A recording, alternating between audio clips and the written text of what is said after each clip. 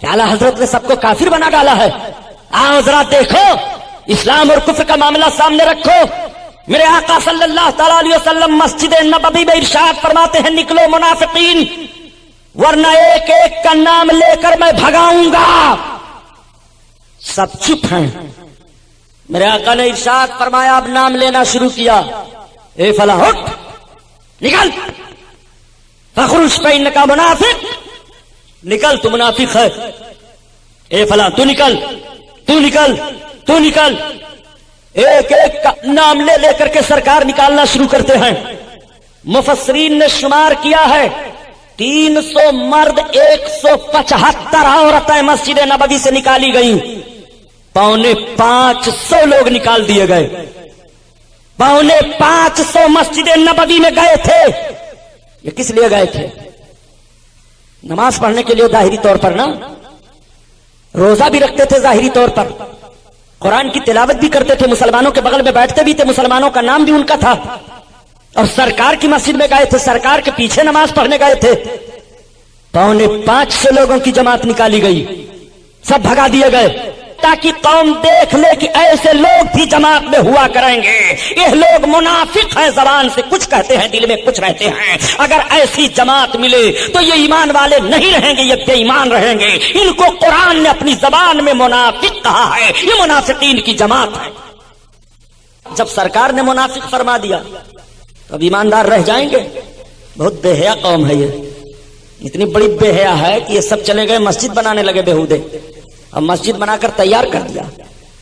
گئے پھر سرکار کے پاس، کہا اچھا آپ نے اپنی مسجد میں تو ہم کو نماز نہیں پڑھنے دیا ہے، ہم لوگوں نے مسجد بنائی ہے، چلیے آپ بھی اس میں پڑھ لیجئے۔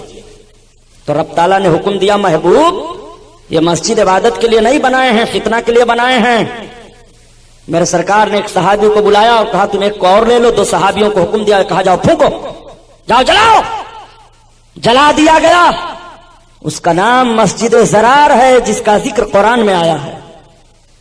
مسجد زرار کو پھکوایا اللہ کے رسول نے مدینہ طیبہ میں، جس جگہ پر ان منافقوں نے مسجد بنائی تھی سرکار کے خلاف اور سرکار نے پھکوا دیا تھا، ٹھیک اسی جگہ پر سعودی عربیہ نے مسجد بنائی ہے، اور بنانے کے بعد اس کا نام مسجد نور رکھا ہے۔ یہیں سے اس کے بے ایمان اور ایماندار ہونے کی علامت ظاہر ہو جاتی ہے کہ اگر یہ بے ایمان حکومت نہ ہوتی تو نبی نے جس جگہ پر جلوا دی مسجد بنانے سے وہ جگہ چھوڑ دی جاتی کہ جب میرے آقا نے اس جگہ پر جلوا دیا مسجد بنانے سے تو اس جگہ پر ہم مسجد نہیں بنائیں گے، نہیں بنائیں گے، یہ جگہ رسول اللہ کو پسند نہیں ہے، اور جب رسول کو پسند نہیں ہے تو اللہ کو پسند نہیں ہے۔ مگر اس ظالم حکومت نے مسجد بنا کر کے اس کا نام مسجد نور رکھا۔ کتنی تاریخیں آپ کے سامنے رکھی جائیں، نہ کہیے آپ لوگ کافر کہہ ڈالتے ہیں کلمہ پڑھنے والوں کو، ایسے بغیر عشق مصطفیٰ کے کلمہ پڑھنے والوں کو قرآن نے کافر کہا ہے، ہم نہیں کہہ رہے ہیں، اعلی حضرت نہیں کہہ رہے ہیں، اللہ کے رسول نے کافر کہا ہے، ہم وہی دہرا رہے ہیں۔ قرآن نے کافر کہا ہے، ہم وہی دہرا رہے ہیں۔ کلمہ پڑھنے والوں کو اور کس نے قتل کیا؟ کلمہ پڑھنے والے کو قتل کرنا جائز ہے؟ بھئی مفتی صاحب سے فتویٰ آپ لیجئے کہ کلمہ پڑھنے والے کو قتل کرنا جائز ہے تو مفتی صاحب فوراً فتوے کا رخ بدل دیں گے، کیسا کلمہ پڑھنے والا؟ اگر آپ اس طرح سے مسئلہ پوچھیں گے صحیح العقیدہ مسلمان کلمہ پڑھنے والے کا قتل کرنا جائز ہے تو قلم چل جائے گا، نہیں۔ اور آپ یوں ہی پوچھ لیں گے کلمہ پڑھنے والے کا قتل جائز ہے بلا وجہ یا وجہان تو مفتی صاحب کا قلم دوسری طرح چلے گا، یہ پھر پوچھنا شروع کر دیں گے آپ سے کیسا کلمہ پڑھنے والا ہے، کس صورت سے قتل کے لیے پوچھ رہے ہو، قصاص کا معاملہ ہے کہ ظلم کا معاملہ ہے کہ کیسا معاملہ ہے؟ لیکن میں آپ سے مطلق سوال کر رہا ہوں ان کی زبان میں، کلمہ پڑھنے والے کا قتل جائز ہے؟ آپ کہو گے نہیں، پھر کربلا کے میدان میں معاملہ کیوں ہوا بھائی؟ حضرت امام حسین نے کیوں کلمہ پڑھنے والوں کو مارا؟ حضرت امام حسین نے کیوں کلمہ پڑھنے والوں کے خلاف تلوار اٹھائی؟ سنو، وہ کلمہ پڑھنے والے تھے، بد عمل تھے، بد عملی کی بنیاد پر ایک ناجائز قانون کو تقویت دے رہے تھے۔ امام حسین رضی اللہ تعالیٰ عنہ کی تلوار اٹھی کہ اب چاہے سر رہے نہ رہے، بد عمل لوگ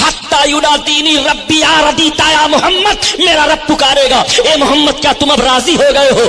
تو میں عرض کروں گا فاقول ایو ربی ردیتو, تو میں عرض کروں گا ہاں ہاں میرے پروردگار اب میں راضی ہو گیا. میرے آقا ارشاد فرماتے ہیں جب تک میرا ایک امتی بھی جہنم میں رہے گا میں راضی نہیں ہوں گا. میرے سرکار ایک ایک کو بخشوائیں گے, ایک ایک کو جہنم سے نکال کر بخشوائیں گے. کچھ ایسے لوگ بھی قیامت کے میدان میں ہوں گے جو بلا توبہ مرے ہوں گے دنیا سے اور بغیر توبہ کے جہنم میں ڈال دیے جائیں گے. وہ اپنے گناہ کے مطابق سزا پائیں گے. رب کی مشیت یہ ہوگی کہ ان کو جہنم میں ڈال دیا جائے. مسلمانوں خطائیں ہو جائیں تو توبہ کر لو, شام کو توبہ کرو, صبح میں توبہ کرو, جب نماز پڑھو توبہ کرو, اپنے بستر پر لیٹو تب توبہ کرو, سو کر کے اٹھو تب توبہ کر لیا کرو, خطاؤں سے معافی مانگتے رہو. آقا ارشاد فرماتے ہیں کہ بلا توبہ کچھ لوگ مر جائیں گے اور ان کے گناہوں کے مطابق انہیں سزا دی جائے گی. رب کی مشیت ہوگی جہنم میں ڈال دیا جائے, وہ جہنم میں ڈال دیے جائیں گے. 1000 برس تک یا اللہ کہتے رہیں گے, دوسرا 1000 برس لگے گا یا رحمان کہیں گے, تیسرا 1000 برس لگے گا یا رحیم کہیں گے, چوتھا 1000 برس لگے گا یا حنان کہیں گے, پانچواں 1000 برس لگے گا یا منان کہیں گے, چھٹا 1000 برس لگے گا یا قیوم کہیں گے, ساتواں 1000 برس لگے گا کہ ایٹومیٹک پکار اٹھیں گے وا محمدا یا رسول اللہ اب ہمیں جہنم سے نکالو, یا حبیب اللہ اب ہمیں جہنم سے نکالو, اے میرے سرکار اب ہمیں جہنم سے نکالو. جب نبی کا نام جہنم میں لینا شروع کر دیں گے تو اللہ کی رحمت مچل جائے گی. رب تعالیٰ حضرت جبریل سے فرمائے گا جبریل جاؤ دیکھو جہنم کا معائنہ کرو, امت محمدیہ کے وہ افراد جو اپنے گناہوں کی بنیاد پر جہنم میں ڈال دیے گئے ان کا حال کیا ہے. تو حضرت جبریل علیہ السلام عرض کریں گے پروردگار تو اپنے بندوں کا حال زیادہ جاننے والا ہے. رب فرمائے گا جبریل جاؤ تو دیکھو. اب حضرت جبریل علیہ الصلوۃ والتسلیم آئیں گے اور جہنم کے دروازہ پر پہنچیں گے. جہنم کے دروازہ پر مالک فرشتہ کی ڈیوٹی ہے. مالک دیکھیں گے کہ جبریل امین آ رہے ہیں, مالک استقبال کریں گے, جبریل امین کو سلام کریں گے. مالک پوچھیں گے کیسے آنا ہوا. حضرت جبریل امین ارشاد فرمائیں گے مالک یہ بتاؤ امت محمدیہ کے جو افراد اپنے گناہوں سے بلا توبہ کیے ہوئے مرے تھے اور رب کی مشیت ہوئی کہ انہیں سزا دی جائے, جہنم میں ڈال دیے گئے تھے, ان کا حال کیا ہے. تو مالک کہیں گے کیا اللہ نے بھیجا ہے. حضرت جبریل عرض فرمائیں گے ہاں. تب مالک کہیں گے ان کا بڑا برا حال ہے, وہ چل رہے ہیں, وہ چیخ رہے ہیں. حضرت جبریل کہیں گے ذرا جہنم کا دروازہ کھولو. تو جب مالک جہنم کا دروازہ کھولتے تھے جہنم بھڑکانے کے لیے تو مالک کی شکل ڈراؤنی ہے, دیکھ کر کے جہنمی بھاگتے تھے. لیکن آج جب مالک جہنم کا دروازہ کھولیں گے تو ان کے ساتھ حضرت جبریل امین ہیں. حضرت جبریل امین کی شکل بڑی اچھی ہے, جیسے جہنمی دیکھیں گے جو جنتی ہونے والے رہیں گے وہ پکار اٹھیں گے آہ اتنی اچھی صورت والا یہ کون آ گیا. تو مالک کہیں گے تم گھبراؤ نہیں, یہ جبریل امین ہیں جو محمد علیہ السلام پر وحی لے کر کے جاتے تھے. اتنا سننا ہوگا سب پکار اٹھیں گے وا محمدا اغثنی یا رسول اللہ. اے حضرت جبریل ہمارے آقا سے ہمارا سلام کہہ دو, ہمارے سرکار سے کہہ دو ہمیں بھول گئے, ہمارے سرکار سے کہہ دو اب ہمیں نکال لے جہنم سے. یا رسول اللہ دہائی ہے دہائی. سب سرکار کو پکارنے لگیں گے. حضرت جبریل امین علیہ السلام واپس آئیں گے رب کی بارگاہ میں. رب تعالیٰ ارشاد فرمائے گا جبریل امت محمدیہ کا حال کیا ہے. عرض کریں گے پروردگار تو اپنے بندوں کا حال زیادہ جاننے والا ہے. اللہ فرمائے گا جبریل کیا دیکھا تو نے. عرض کریں گے اے پروردگار تیرے بندے بڑے عذاب میں مبتلا ہیں, تیرے محبوب کو پکار رہے ہیں, ان کو سلام کہا ہے. تب تک رب تعالیٰ ارشاد فرمائے گا تو جبریل جاؤ میرے محبوب سے بتاؤ. اب حضرت جبریل جنت میں تشریف لائیں گے. جنت میں ایک موتی کے محل میں ایک نورانی تخت پر میرے آقا جلوہ افروز ہوں گے. تمام انبیاء مرسلین سرکار کے روبرو تشریف فرما ہوں گے. حضرت جبریل پہنچیں گے اور رونے لگیں گے اور عرض کریں گے یا رسول اللہ میں نے اللہ کے حکم سے جہنم کا معائنہ کیا ہے. آپ کی امت جو اپنے گناہوں کے سبب بلا توبہ مری تھی اور جہنم میں ڈال دی گئی ہے وہ آپ کو پکار رہے ہیں. اتنا سننا ہوگا. میرے سرکار فرمائیں گے لبیک یا امتی لبیک, اے میری امت میں حاضر ہوں. اس کے بعد میرے سرکار اپنا سر سجدہ میں رکھ دیں گے اور رونے لگیں گے. نبی کا رونا ہوگا. اسی طرف اعلیٰ حضرت عظیم البرکت اشارہ فرماتے ہیں اللہ کیا جہنم ابھی نہ سرد ہوگا, رو رو کے مصطفیٰ نے دریا بہا دیے ہیں, دریا بہا دیے ہیں. نعرہ تکبیر, نعرہ رسالت, علماء اہل سنت, مسلک اعلی حضرت. رو رو کے مصطفیٰ نے دریا بہا دیے ہیں, دریا بہا دیے ہیں. اللہ اللہ آقا کریم صلی اللہ علیہ وسلم کو حکم دے گا رب تعالیٰ محبوب اپنے سر کو اٹھاؤ جاؤ جسے تم چاہو جہنم سے نکال لو. اللہ اللہ اب میرے سرکار تشریف لائیں گے. میرے آقا صلی اللہ تعالیٰ علیہ وسلم جب جہنم کے قریب تشریف لائیں گے تو مالک دیکھیں گے, وہ دیکھو بشیر و نذیر آ رہے ہیں, وہ دیکھو طہ یاسین آ رہے ہیں, وہ دیکھو سید المرسلین آ رہے ہیں, وہ دیکھو نبی کونین آ رہے ہیں. اللہ اکبر میرے سرکار تشریف فرما ہوں گے. مالک استقبال کریں گے اور سلام عرض کریں گے. آقا فرمائیں گے مالک میری امت کا حال کیا ہے؟ عرض کریں گے یا رسول اللہ بڑا برا حال ہے, وہ عذاب الہی میں مبتلا ہیں. آقا ارشاد فرمائیں گے مالک جہنم کا دروازہ کھولو. عرض کریں گے یا رسول اللہ رب کا حکم ہے. آقا فرمائیں گے ہاں. جیسے مالک جہنم کا دروازہ کھولیں گے اور سب کی نظر سرکار پر پڑے گی تو اعلی حضرت کی زبان میں سنو, گرچہ ہے بے حد قصور تم ہو عفو غفور, اور بخش دو جرم و خطا تم پہ کرو درود, بخش دو جرم و خطا تم پہ کرو درود. اللہ اللہ میرے آقا صلی اللہ علیہ وسلم جس کے دل میں رائی کے ذرہ برابر بھی ایمان ہوگا نکال لیں گے جہنم سے, اور میرے سرکار لائیں گے نہر حیات میں غسل دیا جائے گا. سب کے جسم چمکنے لگیں گے مگر پھر بھی ان کی پیشانی پر لکھا رہے گا ہم قوم جہنمی تھے. یہ میرے سرکار کی آخری شفاعت ہوگی. آقا کریم صلی اللہ تعالیٰ علیہ وسلم سے عرض کریں گے سب یا رسول اللہ ہم لوگوں کی پیشانی پر اب بھی لکھا ہے ہم قوم جہنمی تھے. تو جو لوگ پہلے سے جنت میں ہیں وہ سب دیکھ دیکھ کر کے ہم لوگوں کا چرچا کر رہے ہیں کہ یہ سب لوگ جہنم سے نکل نکل کر آئے ہیں. میرے آقا آپ دعا فرما دیں. میرے سرکار دعا فرمائیں گے وہ تحریر بھی ختم ہو جائے گی اور سب کی پیشانیاں چمکنے لگیں گی 14ویں رات کے چاند کی طرح سے.